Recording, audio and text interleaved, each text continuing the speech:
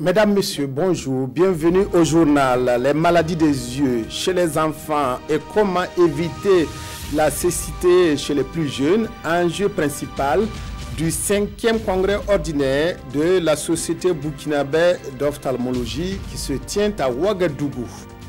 L'Éthiopie et l'Érythrée sont décidément engagés dans la voie de la réconciliation et de la normalisation de leurs relations. Les deux pays ouvrent leurs ambassades respectives. Mais tout d'abord, le président de la Commission de l'Union économique et monétaire ouest-africaine, UEMOA, a eu ce matin un entretien avec le président du Faso, Abdallah Bourema, a fait à Roch-Marc Christian Kaboré la situation de l'Union ainsi que les grands chantiers de l'intégration régionale. Il tourne autour de la croissance et la convergence économique, la sécurité alimentaire et la paix et la sécurité dans la sous-région. Sié Dilareyenne, Nathalie Savadogo. Le président de la commission de l'UEMOA, accompagné du commissaire Filga Michel Sawadogo, chez le président du Faso, il dit être venu signifier au président Roch-Marc Christian Kaboré la disponibilité de tout le collège pour l'atteinte des objectifs fixés par la conférence des chefs d'État de l'UEMOA. Il a aussi saisi l'opportunité pour présenter la situation de l'UEMOA ainsi que les grands chantiers de l'intégration régionale. Le champ de nos échanges a été très vaste, couvrant tous les domaines de cette intégration régionale, allant des questions de croissance et de convergence économique, au renforcement du marché commun, aux politiques sectorielles, aux chantiers confiés spécifiquement aux chefs d'État, tels que le chantier sur la paix et la sécurité, le chantier sur la sécurité alimentaire et nutritionnelle, le chantier sur l'énergie, sur le financement des économies. Sur tous ces points, j'ai enregistré les commentaires et les orientations du chef d'État qui nous sont très utiles pour pouvoir peaufiner les dossiers que nous avons en instance, pour pouvoir poursuivre notre mission et atteindre les objectifs qui nous ont été fixés par les plus hautes autorités de l'Union. Il a en outre évoqué les préparatifs de la prochaine conférence des chefs d'État de l'UEMOA qui doit se tenir très prochainement à Lomé. Le 5e congrès ordinaire de la Société burkinabé d'ophtalmologie se tient à Ouagadougou. La réflexion se mène autour des maladies des yeux des enfants et leur prise en charge précoce. Une prise en charge précoce pour améliorer la santé oculaire afin d'éviter la cécité. Reportage Nongbakuda Ini Janine Kambiri.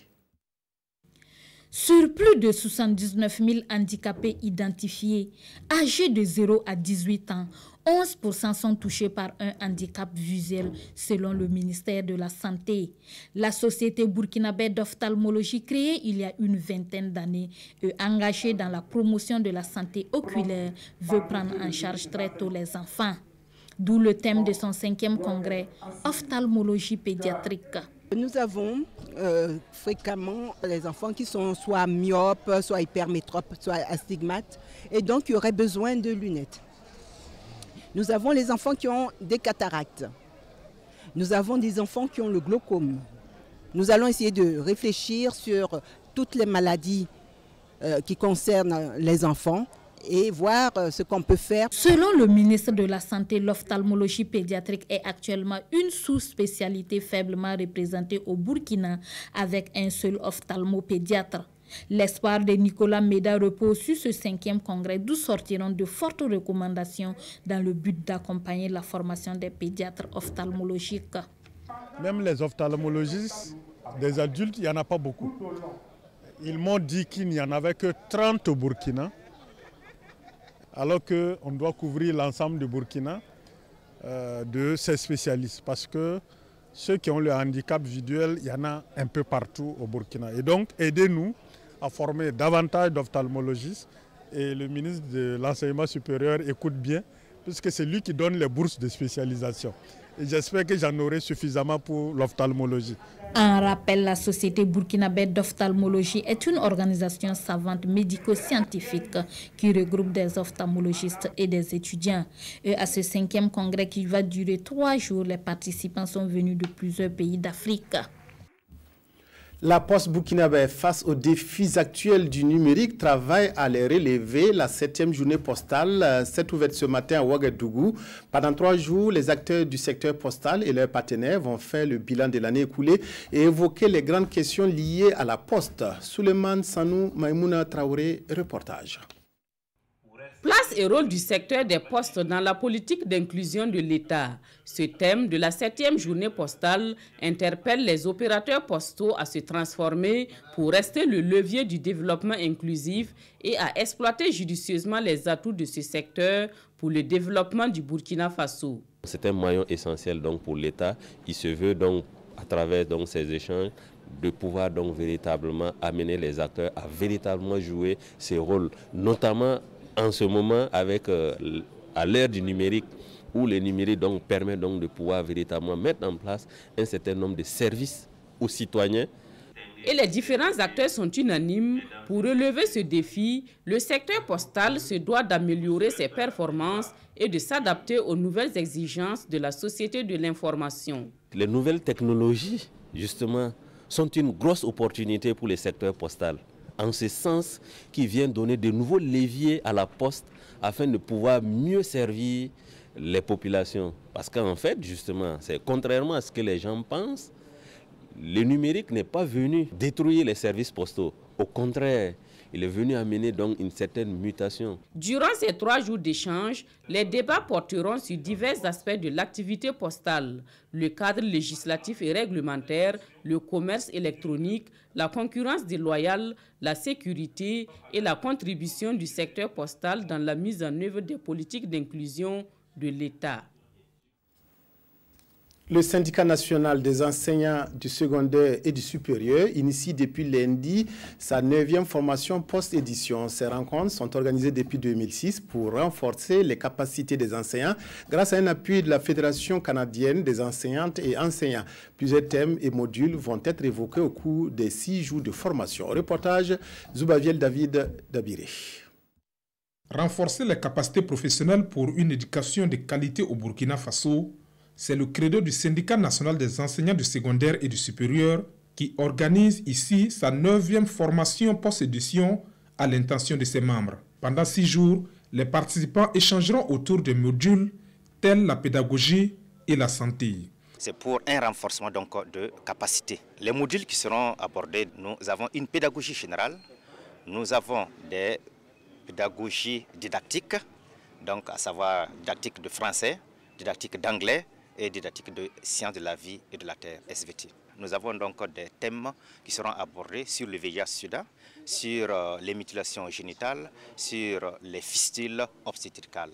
Cette séance de formation est rendue possible grâce au soutien de la Fédération canadienne des enseignants et enseignantes. Depuis 2006, elle œuvre avec les syndicats de l'éducation burkinabé à la formation du personnel. Nous sommes ici pour partager nos connaissances et collaborer avec eux à leur donner d'autres stratégies, d'autres façons de présenter leur matière en salle de classe. Le représentant du ministre en charge de l'Éducation nationale, Ibrahim Sanou, salue la tenue de cette session. Pour lui, la formation post-édition est d'un apport capital dans la démarche qualité de l'éducation au Burkina Faso.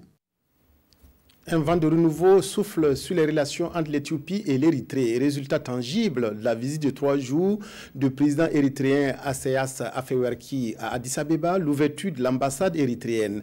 Les 2 capitales qui sont livrées une guerre terrible et sans merci sont décidément sur le chemin de la réconciliation et de la normalisation de leurs relations. 20 ans après leur entrée en guerre et la rupture de leurs relations diplomatiques, l'ambassade érythréenne a officiellement réouvert ses portes lundi en Éthiopie. Une cérémonie présidée par le chef de l'État érythréen Isaias Afewerki, qui achevait également une visite officielle de 3 jours à Addis Abeba, destinée à consolider la fin des hostilités entre les 2 pays. Elle fait également suite à la signature le 9 juillet à Asmara d'une déclaration conjointe de paix et de coopération, mettant fin à 2 décennies d'état de guerre entre les 2 voisins.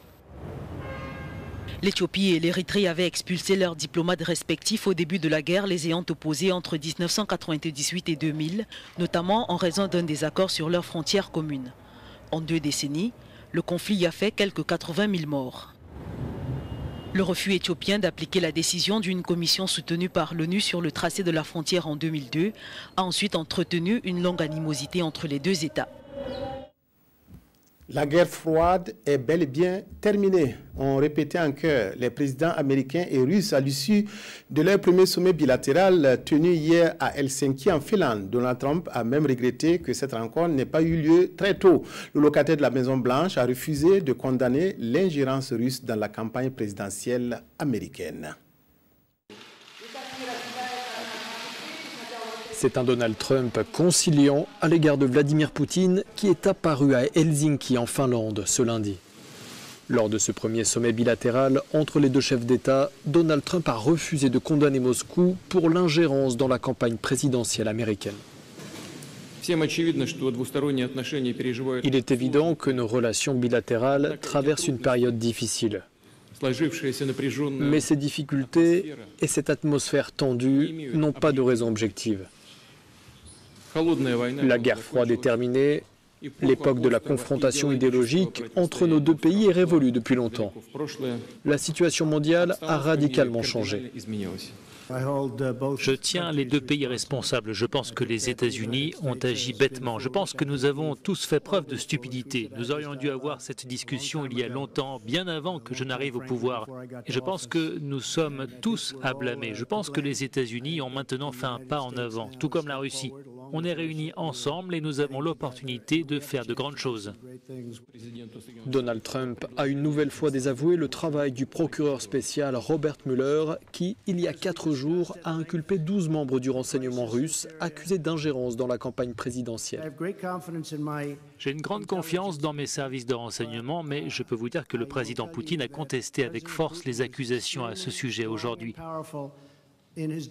En plus, il a fait une offre incroyable. Il a proposé que les personnes qui travaillent sur cette affaire viennent ici pour travailler avec les enquêteurs sur le cas des 12 personnes. Cette conférence de presse a provoqué l'indignation aux États-Unis. Pour le chef de file des Républicains au Congrès, Donald Trump doit réaliser que la Russie n'est pas leur allié. Le sénateur républicain John McCain parle quant à lui de l'un des pires moments de l'histoire de la présidence américaine.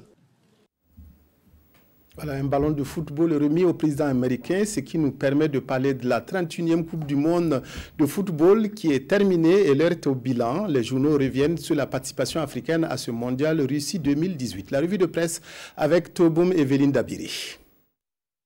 Retour des Bleus à Paris, c'est un accueil digne des généraux de l'Antiquité, solennel et pompeux, qui a été réservé aux Bleus, et cela dans une joyeuse pagaille, rapporte l'observateur Palga. Une victoire qui casse des tympans en Afrique, écrit ce journal, qui relate les scènes de liesse dans certains pays d'Afrique. Et pour les Africains, tout se passe comme si cette coupe en or massif était aussi la leur, en raison de l'origine de la moitié de l'effectif des Bleus, estime l'observateur Palga. Mais pourquoi l'Afrique ne peut-elle pas en faire autant? Questionne le pays qui répond dans la foulée. C'est parce qu'il y a manque de politique sportive, d'ambition, de sérieux dans le travail, de moyens financiers conséquents et bien d'autres choses en Afrique. Ce journal estime alors que la Coupe du Monde n'est pas hors de la portée des joueurs africains. Mais le mérite de la France, poursuit ce journal, est qu'elle a su transformer ces diamants brutus venus du continent noir en pierres précieuses. Autre fait d'intérêt des quotidiens, le parti unifié RHDP se met en place sans Bédié et en l'absence de Soro, informe Sidoya. Le divorce est ainsi consommé entre Ado et Bédié et seuls ont répondu présents les cadres du dit parti, pour la plupart nommés ministres dans le dernier gouvernement, informe le pays. Cette crise risque d'avoir des répercussions négatives aussi bien sur le RDR que sur le PDCI-RDA, poursuit ce journal qui explique que le PDCI-RDA pourrait pactiser avec le FPI de Laurent Gbagbo pour faire obstacle à Ado. Tout indique que l'après-Ouattara est lourd de tous les dangers, analyse aujourd'hui au Faso, car comment Soro et Bédié vont réagir pendant cette traversée? Est-il possible qu'un troisième larron débouche de nulle part pour ravir la vedette à ces fiers querelleurs, s'interroge aujourd'hui au Faso, qui répond: il reste 2 ans pour écrire toutes les lignes de ce scénario politique. Fin du journal. Merci de votre aimable attention à la RTB. Excellent après-midi à toutes et à tous.